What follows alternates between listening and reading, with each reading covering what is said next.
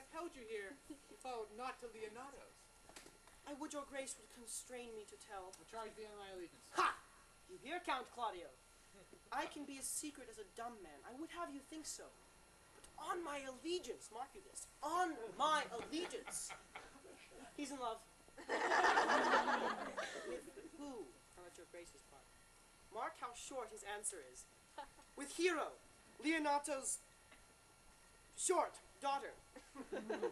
If this were so, so were it uttered. Like the old tale, my lord.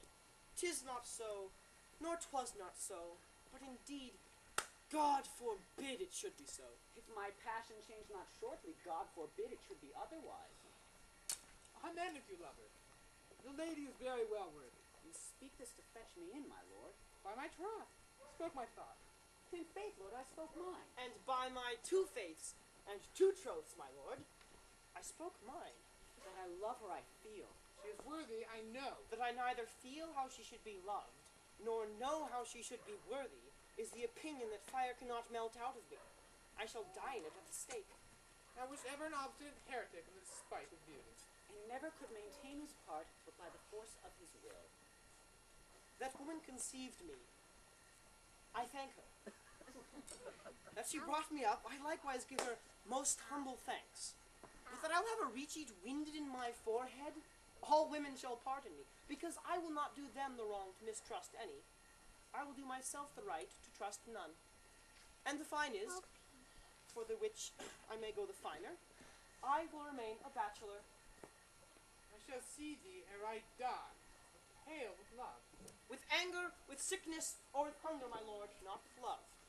Prove that ever I lose more blood with love than I'll get again with drinking.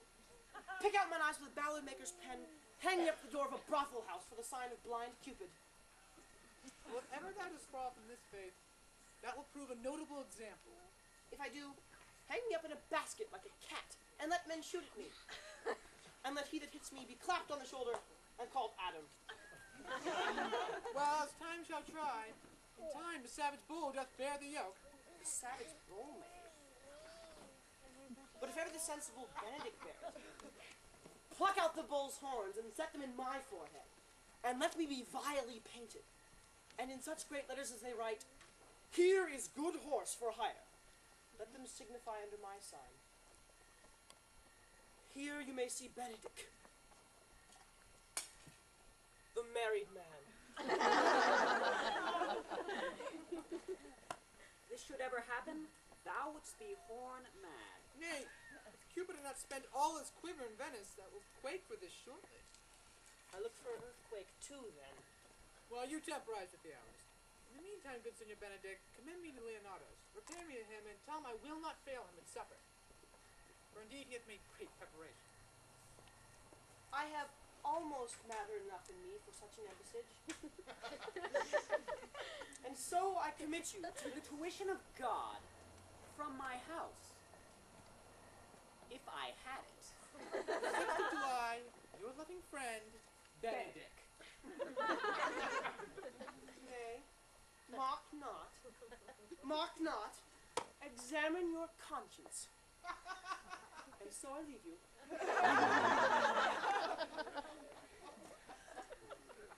My lord, you now may do me good.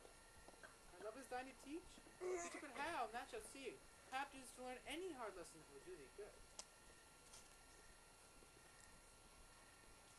Hath Leonato any son, my lord? No child but Hero. She is his only heir.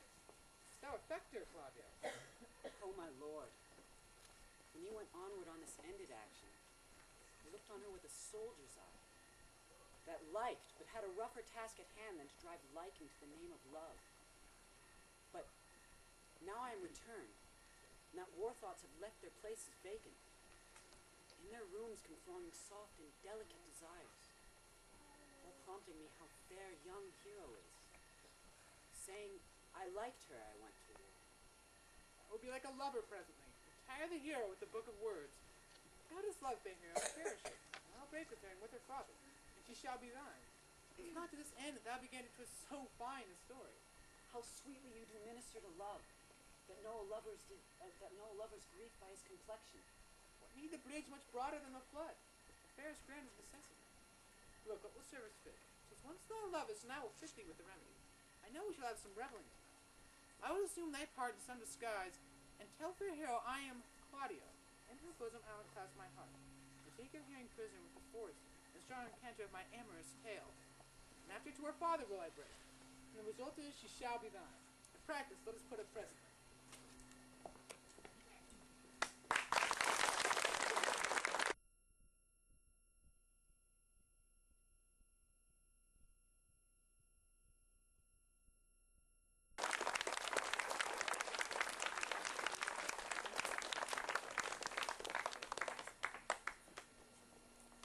What, the good year, my lord?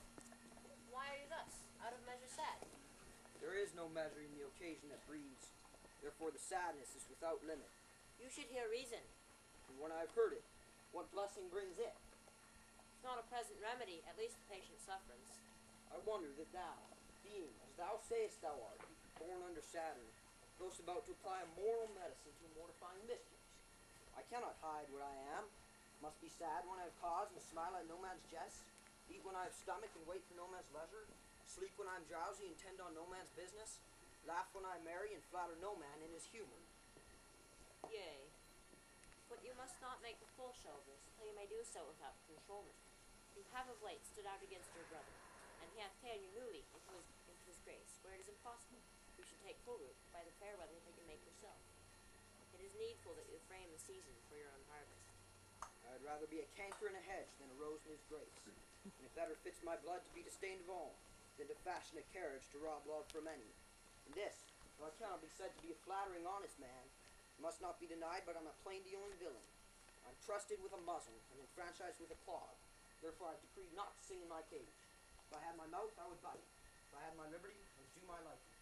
In the meantime, let me be that I am, and seek not to alter me. You make no use of your discontent? I make all use of it, for I use it only. Who comes here? What news brought you? I came yonder from a great supper. The prince, your brother, is royally entertained by Leonato, and I can give you intelligence of an intended marriage. Will it serve for any model to build mischief on? What is he for a fool that betroths himself to one quietness? Mary, it is your brother's right hand. Who? The most exquisite Claudio? Even he. A proper squire. And who? Which way looks he? Mary, Anihiro, the daughter and heir of Leonato. A very forward marched chick. How came you to this? Being employed for a perfumer, as I was smoking a musty room, comes me the prince and Claudio, hand in hand in sad conference. I whipped him in behind the arras, and there heard it agreed upon that the prince should woo Hero for himself, and having obtained her, give her to Count Claudio. Come, let us thither. This may prove food to my displeasure. That young upstart hath all the glory of my overthrow. If I can cross him any way, I bless myself every way. You are both sure it will assist me. To the death, my lord. Let us to the great supper. Their cheer is the greater that I am subdued. With the cook we're of my mind, shall we go prove what's to be done? But wait upon your lordship.